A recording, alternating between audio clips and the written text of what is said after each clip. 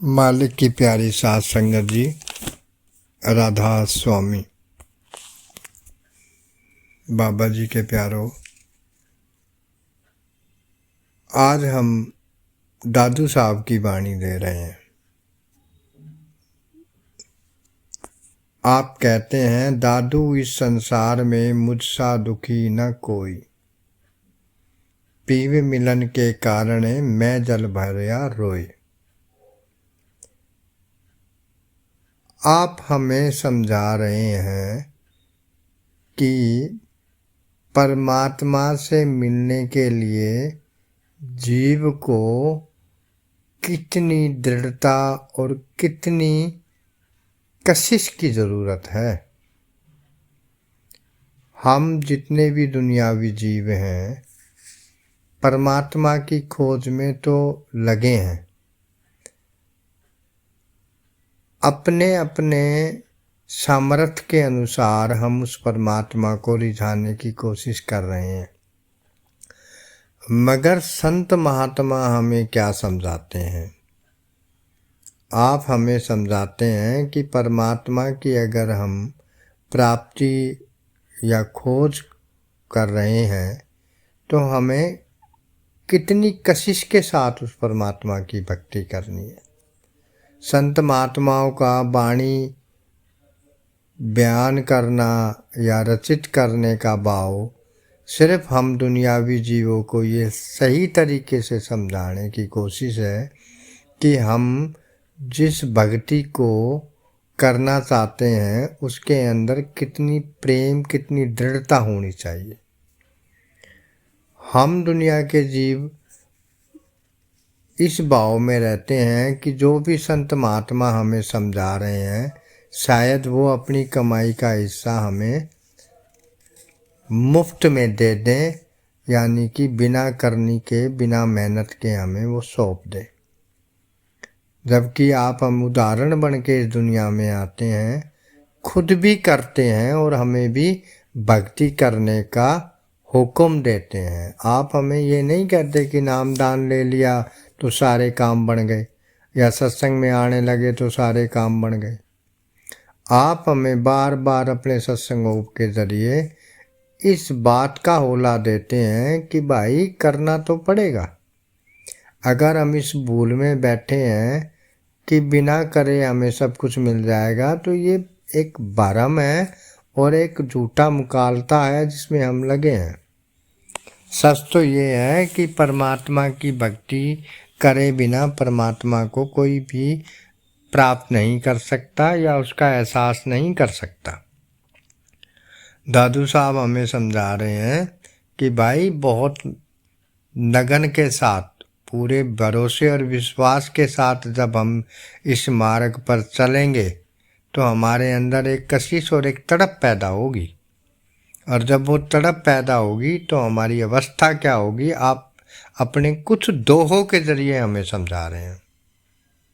तो आप शुरुआत ही यहाँ से कर रहे हैं, दादू इस संसार में मुझसा दुखी ना कोई, यानी उन्हें इस बात का एहसास हो गया है कि मैं इस संसार में सुखी नहीं हूँ। हम नज़र मार के देखें, इस दुनिया में कोई भी सुखी नहीं है। चारों तरफ नज़र मार के देखें, जिसके पास धन है वो भी सुखी नहीं है और जो निर्धन है वो भी सुखी नहीं है। जिसके पास सारे ओहदे हैं वो भी सुखी नहीं है और जो छोटे छोटे काम के लिए तड़पते फिर रहे हैं वो भी सुखी नहीं है। गुरु नानक साहब अपनी वाणी में समझाते हैं, नानक दुखिया सब संसार, सो सुखिया जो नाम आधार। मगर दुनियावी जीवों को इस बात का एहसास ही नहीं होता कि वो दुखी है। उसे उस दुख का हल और वस्तुओं में महसूस होता है। जीव सदा ये जान ही नहीं पाता कि उसका सही हल कहाँ पे है और कैसे प्राप्त होगा। वो धन में सुख ढूंढ रहा है, भोजन में सुख ढूंढ रहा है, मान सम्मान, बढ़ियाई, कुल खानदानों में सुख ढूंढ रहा है, जबकि सुख हमारे अंतर में है। और दादू साहब उस अंतर के सुख को पाने के लिए उस परमात्मा के सामने विनती कर रहे हैं कि पीव मिलन के कारण मैं जल भरया रोए, कि उस परमात्मा के एक झलक पाने के लिए मेरी आंखें रो रही हैं, मेरे आंसू नहीं रुक रहे, मैं दिन रात तड़प में बैठा हूँ कि हे परमात्मा कृपा कर, तू अपनी दया कर, तू एक नज़र इलाही कर। आप हमें समझाने का कोई तरीका इस्तेमाल कर रहे हैं। एक जगह कबीर साहब कहते हैं, आप कहते हैं, या जग कितनो सुखी भयो, जो खावे पीवे सोए, दास कबीरा मूर्खा जो जागे भी और रोए। यानी किसी ने भी मालिक को अगर पाया है तो पूरी लगन के साथ, पूरे भाव और पूरी प्रेम के साथ उस परमात्मा की जब भक्ति करी है, उसके सामने विनती करी है, उससे बख्शीश मांगी है, तभी उसके रूप का एहसास अपने अंदर कर पाया है। अगर वो ये सोचता रहे कि भाई आराम से खाओ पियो और सो जाओ, अगर यही सुख है तो भाई भक्तों को ही मिला है, और भक्तों ने अपनी रातों की नींद अपने परमात्मा, अपने सतगुरु के चरणों में रख दी। आपने कभी आलस नहीं किया, आपने कभी अन्न का नशा लेके निंद्राएं नहीं ली।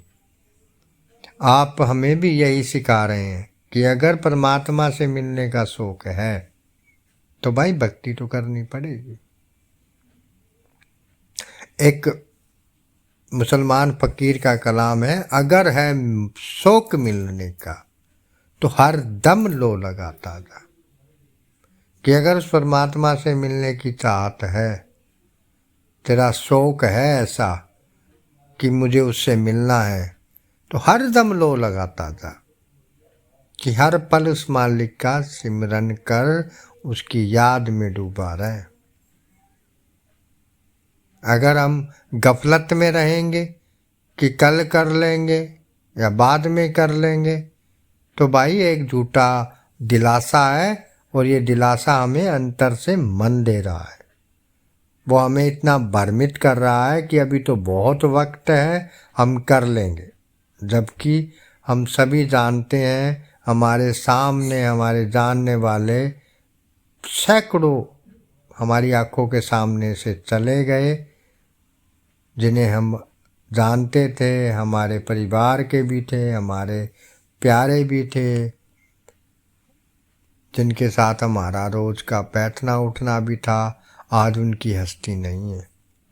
और इसी प्रकार एक दिन हमारी भी हस्ती नहीं रहेगी, हमें भी जाना पड़ेगा। मौत कब आएगी, कहाँ आएगी, किस समय आएगी, किस जगह आएगी, बता के नहीं आएगी। सिर्फ मौत के फरिश्ते आएंगे, कान पकड़कर कहाँ लेके जाएंगे, ये हमारे न परिवार को पता होगा, न हमारे किसी रिश्तेदार को पता होगा, न हमारे बाल बच्चों को पता होगा।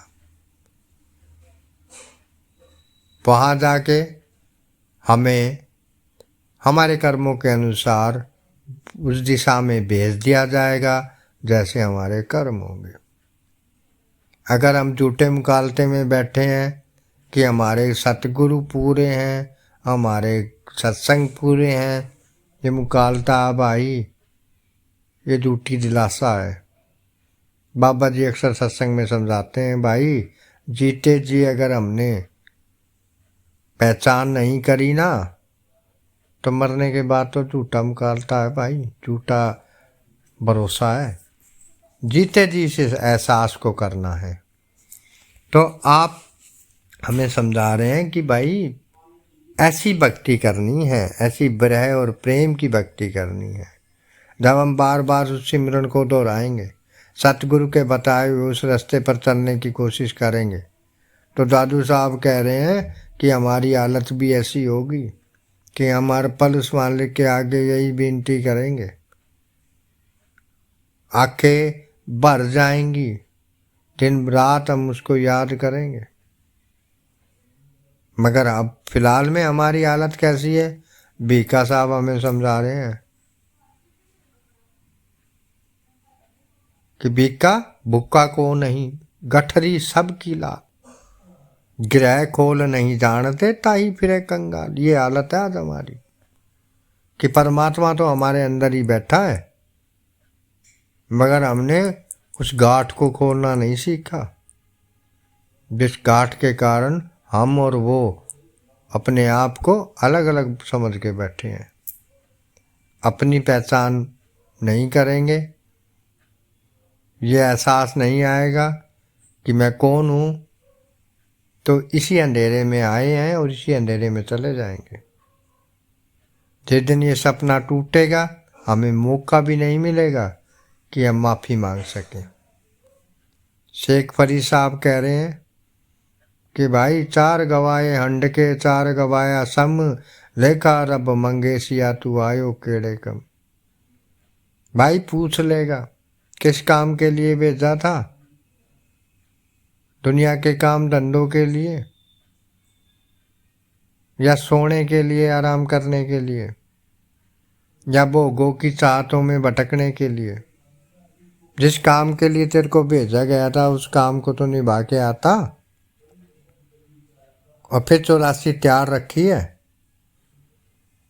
हमसे पूछ कर नहीं देनी, हमारे कर्मों से पूछ कर दी जाएगी।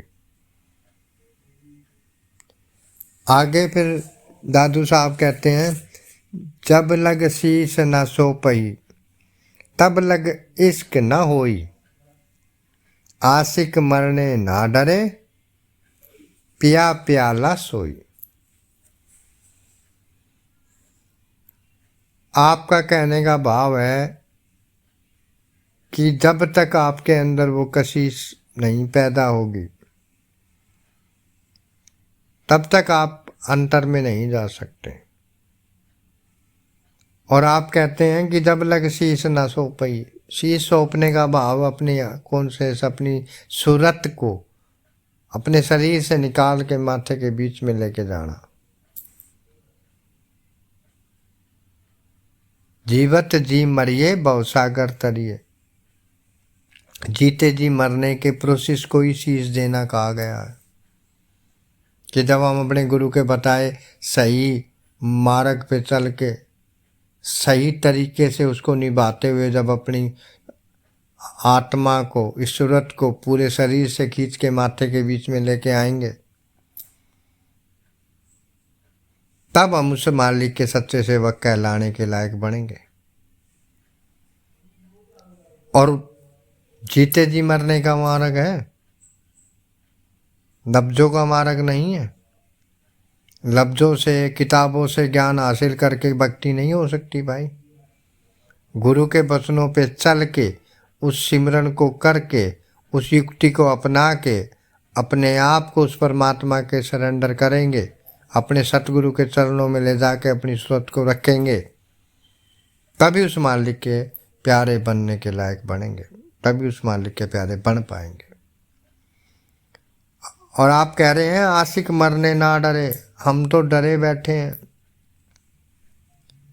क्योंकि कभी बहाने लगाते हैं, कभी शरीर में दर्द का, कभी काम धंधों का, कभी टेंशनों का,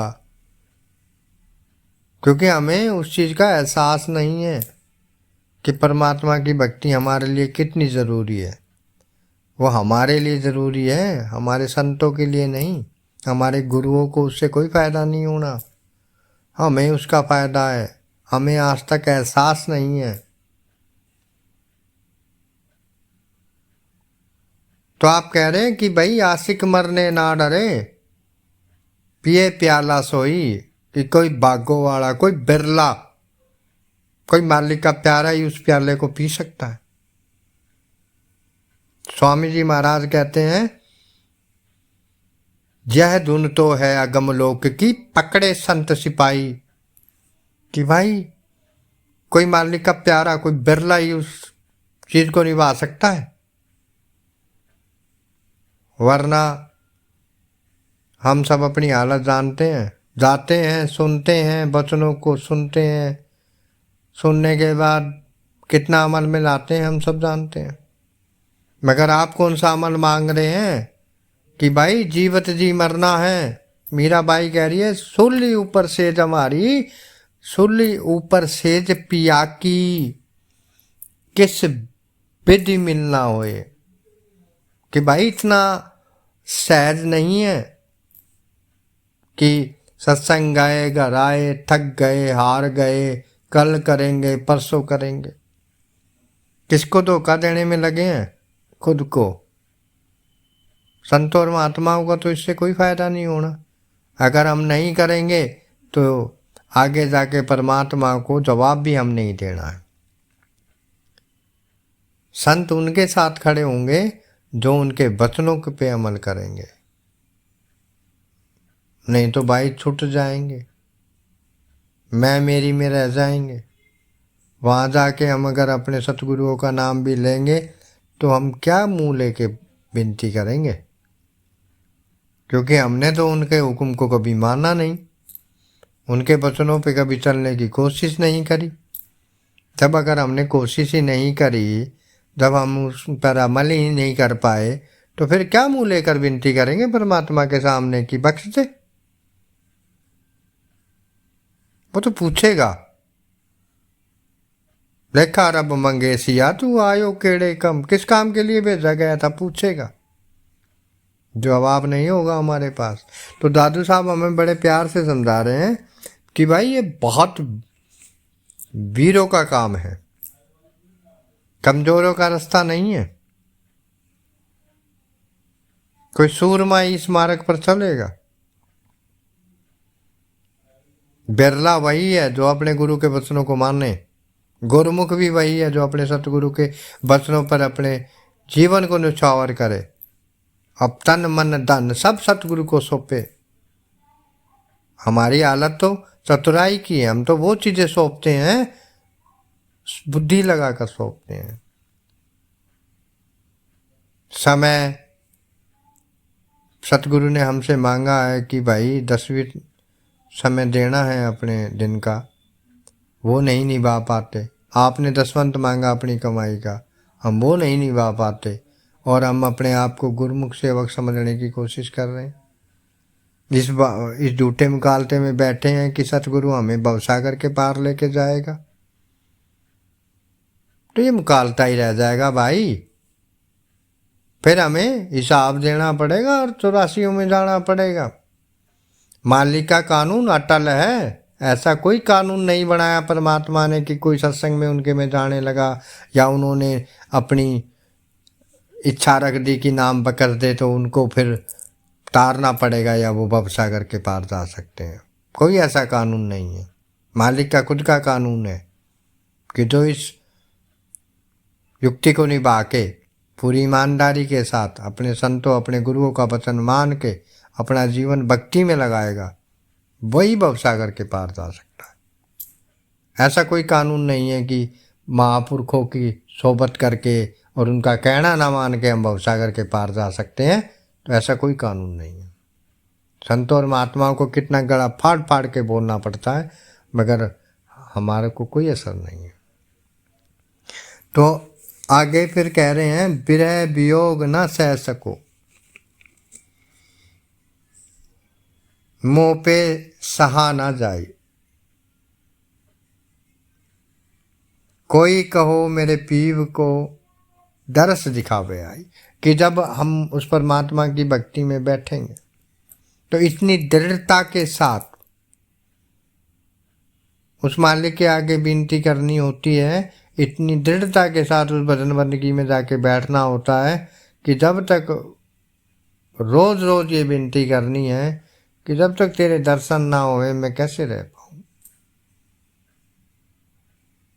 रोज उस परमात्मा के अंतर में दर्शन करने की चाहत लेके बैठना होता है। लेकिन हम जब भी भजन सिमरन के अंदर बैठते हैं, दुनिया के विचार लेके बैठते हैं, दुनिया के काम धंधों को सोच के बैठते हैं, अपने व्यापार बिजनेस और परिवार के बारे में सोचते हैं। वो भाई अपने बारे में सोचना है,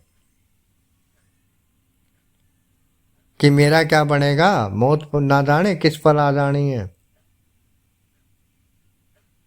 मगर आप समझा रहे हैं कि भाई बिरहा वियोग ना सह सकूं, कि अब तेरे बिना मुझसे रहा नहीं जा रहा, अब तो तू दर्शन दे आके। ऐसी तरफ, ऐसा प्रेम।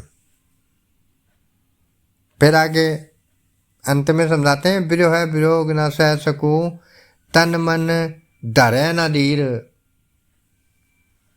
कोई कहो मेरे पीव को, मेरी मिटावे पीर। कि भाई अब मेरे से सहन नहीं हो रहा, मेरे मन तन अब तड़प रहे हैं तेरे दीदार के लिए। आप कृपा करो, आप दया करो और अपने दीदार, अपने उस सोने नूरी स्वरूप के दीदार करके मुझे निहाल करो।